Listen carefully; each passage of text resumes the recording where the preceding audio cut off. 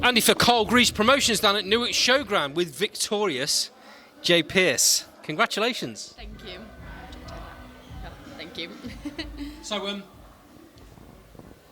how did that feel? I mean, I was saying to your dad earlier on, when I saw the matchup, I did raise my eyes a little bit, thinking, that's a big step.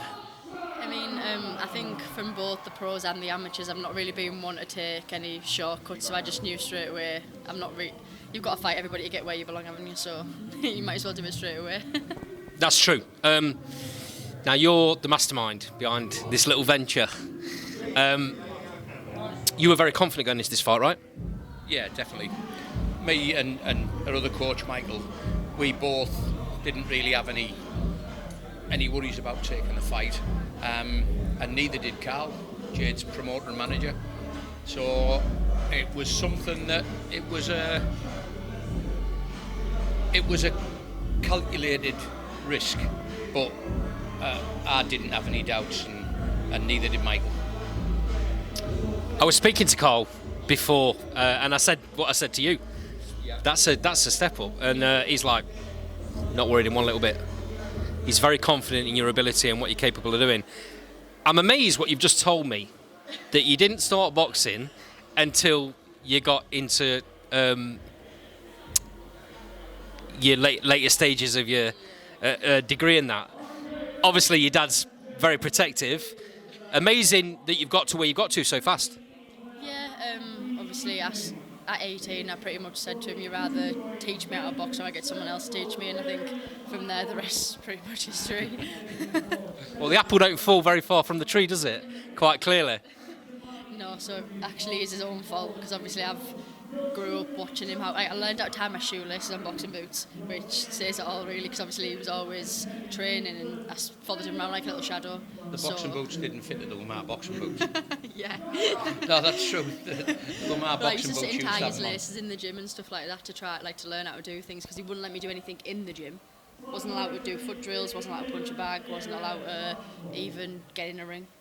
I couldn't skip like a pro, because he'd only ever let me use a skipping rope. Other than that, I wasn't allowed to do a thing. At what point then did you start begging? Always. I can't remember not. She did.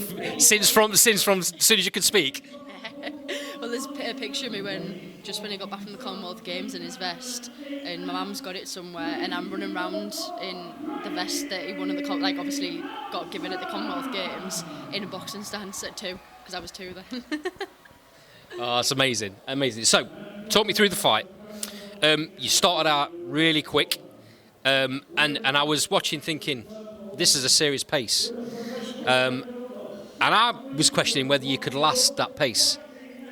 I won't be questioning that again. No. I think, to be honest with you, I don't think I started fast enough. I think by the 5th and 6th, things like my head movements have started to switch on, which is why, obviously, it's quite apparent I want to fight the 10 rounds straight away. I think in a bizarre way, I kind of thrive on watching other people drain, so I think the further through it goes, the more energy I get. I mean, I think the tactics from, I might be wrong here, I think the tactics from Kirsty were, she was thinking you might gas a bit down the line. Potentially maybe over 6 rounds, but I used to spar. We used to box for England together at different weights. Obviously, it was never a fight I really wanted to have in terms of obviously the person, but obviously the position she was in. It was a fight that I knew that I had to have. Obviously, she's class. Like, she's a lovely girl. And when we used to spar each other, it was great spars. So I think she knew that even if she was punching my head, I'd still keep coming forward, because I don't know how to step back. I personally think from that performance you've put everyone on notice. There's got to be something big next, right? Fingers crossed. Yeah, it's got to raise some eyebrows now. Of course. It's not where she's came into it, and the last 3 bouts they've been. Her first one was definitely a live opponent, and Kirsty was, well, she's the reigning Commonwealth champion, so that speaks for itself. Yeah, definitely. So there has to be, hopefully, something's got to come for the hard work that Jade's put in. Also the hard work with Carl and myself and Michael. And my dad and Michael and Nathan. And Nathan as do well. A lot for me. Yeah. You know, we'll put as much time in as needed because of a work ethic. And like I say, Michael and Nathan, you know, she runs them ragged in the gym, as is on the pads, and is chasing us down. And, you know, we have a bit of a problem. And the problem is, it's, you know, shall I do some more rounds? No, don't do no more rounds. Then she'll go to Michael. I was going to do a few more. Shall I do a few more threes? And then it'd be like, no. She hasn't actually quite hit on Nathan yet and asked him, can she do no more rounds? Because Nathan sort of knows from the offset that, like, me and Michael have warned him and said, listen, if she asks for more rounds, yeah, just say no. So, I'll come away from the fight a second. What is a rocket scientist doing getting punched for a living? Well, I needed a plan B. And I don't do things, but well, I think obviously even like with the boxing, we talk half from day when I'm not here to cut corners, just essentially fling me and I'll take them and I'll be there to fight. And unfortunately, but fortunately, the same applies to my academics. It was never take the easy route. It was I rather succeed in sport or I succeed in academics. So I knew I needed to have the best in both. So I always had a fallback plan. Jade, I think this journey is going to be very, very exciting. I don't think you're going to take a back step against anybody. Is there a target? Is there anyone you're looking at that you think, I want that next? Or is it a case of you're more looking at what belts you can collect rather than the fighters you can fight? It's going to sound really... It sounds vain, and I sound horrible saying it, but I'd quite happily fight anyone at any level. I'm not overly fussed. Like when I get in there, in my head, they've got 2 arms, 2 legs, and that's the end of that. Okay, I perhaps shouldn't have asked you that question. For titles, it's got to be at the right weight, because obviously she's fighting at the minute. It's above the weight that she would fight at with a 24-hour weigh-in. So so we've been just moving around a little bit with the weights and fluctuating them as we've had to. Like I say, we've had Carl, you know, making the bouts, and he's actually pulled out all the stops, and I'm sure he'll get the right weight for whatever titles is next. I know that you know boxing. I know that you know who you're with. But just in case you don't, I'll tell you that you're with the best promoter in the business.